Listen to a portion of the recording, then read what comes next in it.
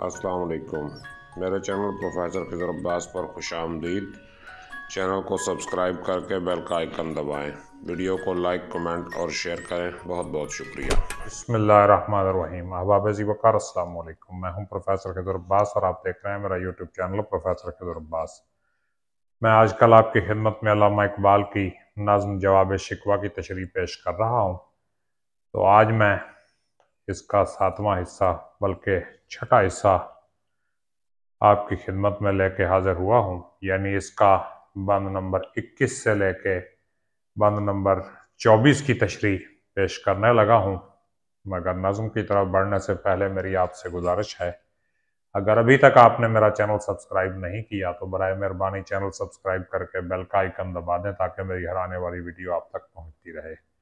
और वीडियो को अपने तक महदूद न रखा करें, दोस्तों तक भी शेयर किया करें और मेरा चैनल भी दोस्तों तक पहुंचाएं ताकि इकबालियात के इस सफ़र में हम साथ साथ चलें। तो जवाब शिकवा में अल्लामा इकबाल ने सतही सोच रखने वाले मुसलमानों के शिकवे का जवाब अल्लाह पाक की तरफ से पेश किया है। तो इकबाल फरमाते हैं, यानी अल्लाह पाक की तरफ से जवाब देते हुए इकबाल कहते हैं कि किस लिए आज मुसलमान ज़लील ख्वार हो रहे हैं। तो माजी के मुसलमानों और आज के मुसलमानों का मुवाजना करते हुए इकबाल कहते हैं कि तुम हो आपस में गज़बनाक, वो आपस में रहीम। तुम आपस में गज़बनाक हो। गज़बनाक का मतलब क्या है? लड़ झगड़ रहे हो, एक दूसरे पे गुस्सा कर रहे हो, नाराज हो रहे हो एक दूसरे पे। तुम हो आपस में गज़बनाक, वो आपस में रहीम। और वो आपस में एक दूसरे पर रहम करने वाले लोग थे।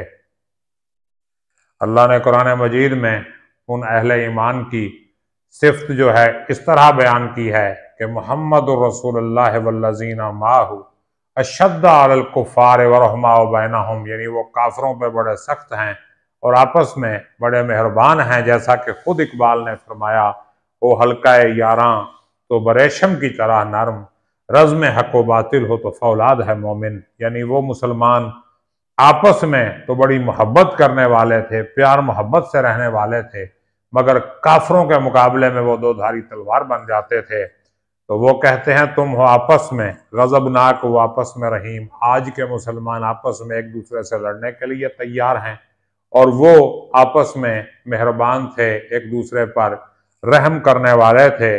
तुम खताकारो खताबी, वो खता पोशो करीम।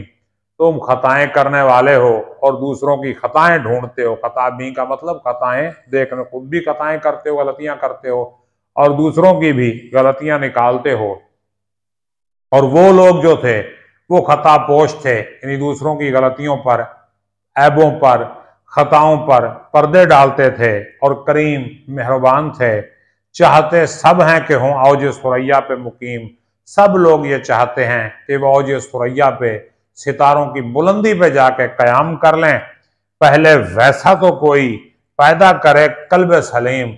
इस सितारों की बुलंदी तो तुम्हें चाहिए, सितारों पे जाके रहना तो चाहते हो, पहले वैसा कोई पैदा तो करे कल्ब सलीम। पहले अपने अंदर वो कल्ब सलीम, वो नेक पाक पाकीज़ा दिल तो पैदा कर लो।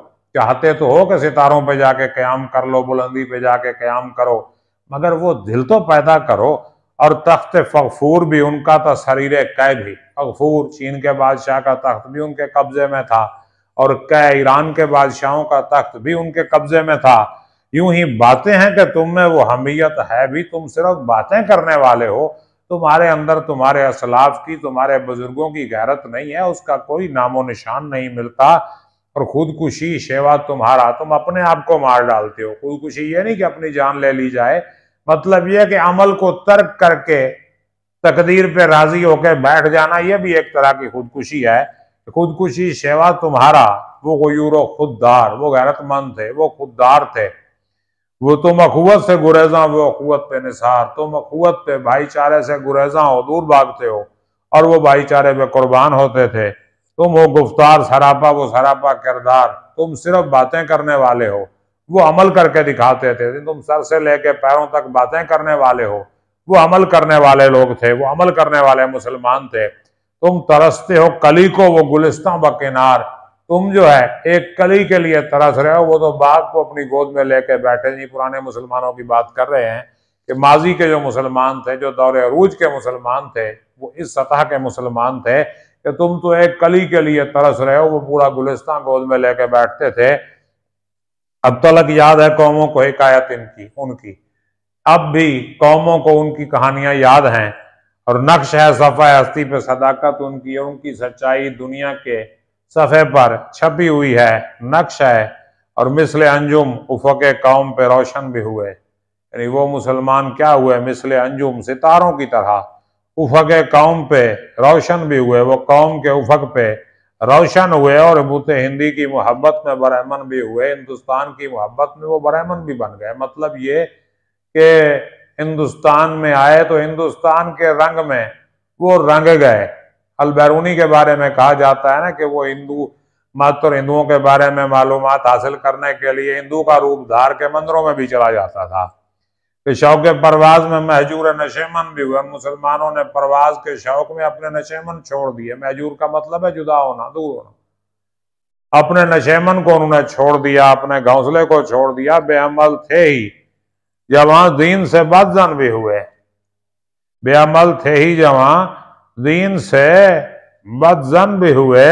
उनको तहजीब ने हर बंद से आजाद किया, लाके काबे से सनम खाने में आबाद किया। बेअमल थे ही जवां दीन से बदजन भी हुए, यानी आज की कैफियत क्या है कि जो जवान हैं वो बेअमल तो थे ही, दीन से भी बदजन हो चुके, इल्हाद की तरफ मायल हो रहे हैं, और उनको तहजीब ने हर बंद से आज़ाद किया। तहजीब और सकाफत ने, ये जो आज की तहजीब है, उसने उसे हर बंद से, हर कैद से आज़ाद कर दिया, और ला के काबे से सनम खाने में आबाद किया, काबे से ला के उन्हें बुत खाने में आबाद कर दिया। मतलब ये कि आज के मुसलमानों में अपने आबा व अजदाद की कोई खसूसियत बाकी नहीं है, बिल्कुल उनसे उलट हैं, बिल्कुल उनके मुतजाद हैं। और कैस जहमत कशे तन्हाई ये सहरा न रहे, यानी जो कैस थे वो अब सहरा में तन्हा नहीं फिरते, यानी कैस की तरह जो मुखलस थे, यानी जो मुखलस मुसलमान थे, अब वो नहीं रहे। और शहर की खाए हवा बादिया पैमा न रहे, शहर की हवा खा के वो जंगल फिरने वाला, सहरा फिरने वाला न रहा, यानी कुदरती माहौल में वो न रहा। उसमें मसनूई रंग रोशनी और मसनूई चकाचौंध में वो आ गया। वो तो दीवाना है, बस्ती में रहे या न रहे ये जरूरी है, हिजाब रुखे लैला न रहे। कैस जो है वो तो दीवाना है, बस्ती में रहे उसकी मर्जी, ना रहे उसकी मर्जी, लेकिन ये जरूरी है कि लैला के रूप पे जो हिजाब है वो न रहे। मतलब ये कि मुसलमान औरतों ने पर्दा भी तर्क कर दिया है। तरक्की की नई राहें जो ज़ेरे आसमां निकली, ये अकबर इलाहाबादी का मशहूर कलाम है कि तरक्की की नई राहें जो ज़ेरे आसमां निकली, मियाँ मस्जिद से निकले और हरम से बीबियां निकली, मुसीबत में भी अब याद खुदा आती नहीं इनको, दुआ लब से न निकली फाकटों से अर्जियां निकली, यानी जेब से दरखास्तें निकाल निकाल के अंग्रेजों को दे रहे हैं कि हमारे मसाइल हल करें, अल्लाह के हजूर दुआ करने के लिए तैयार नहीं। और गिलाए जौर न हो, शिकवाए बेदाद न हो, इश्क आज़ाद है क्यों हुस्न भी आज़ाद न हो। तो अब किसी को जुल्म और सितम का शिकवा करने की जरूरत नहीं, अगर इश्क आज़ाद हो गया है तो हुस्न को भी आज़ाद होना चाहिए। यानी इस तरह आज के मुसलमानों का माहौल बदल चुका है कि उन्होंने अपनी तहजीब, अपनी सकाफत, अपने बुजुर्गों की अकदार को तर्क किया है, और जिद्दत के नाम पर तहजीब व शराफत का लिबास उतार फेंका है, और बेहयाई की चादर ओढ़कर रक्स कर रहे हैं। तो आज के लोग जो हैं, आज के मुसलमान जो हैं, वो सबका मुसलमानों के नाम पर एक धब्बा हैं। तो उम्मीद करता हूँ ये अशार आपको समझ आए होंगे। अगर कोई सवाल है तो कीजिए कमेंट में, मैं जवाब दूंगा। मुझे इजाज़त दीजिए, अगले लेक्चर तक अपना ख्याल रखिएगा। अल्लाह हाफ़िज़।